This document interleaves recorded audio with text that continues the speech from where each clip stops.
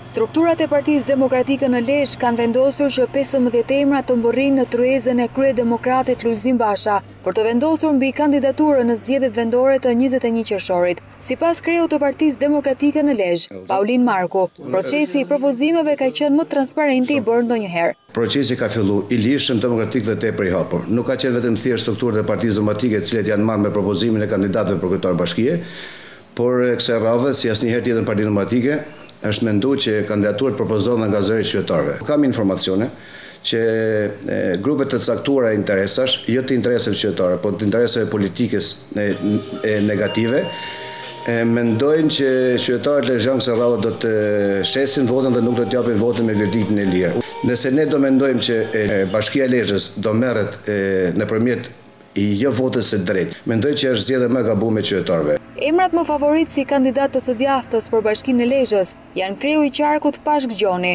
krerët e komunave Salvador Kaçaj, Fran Rrokaj dhe Jak Zhuba, si dhe kreu i Këshillit Bashkiak në Lezhë, Tonin Uldedaj.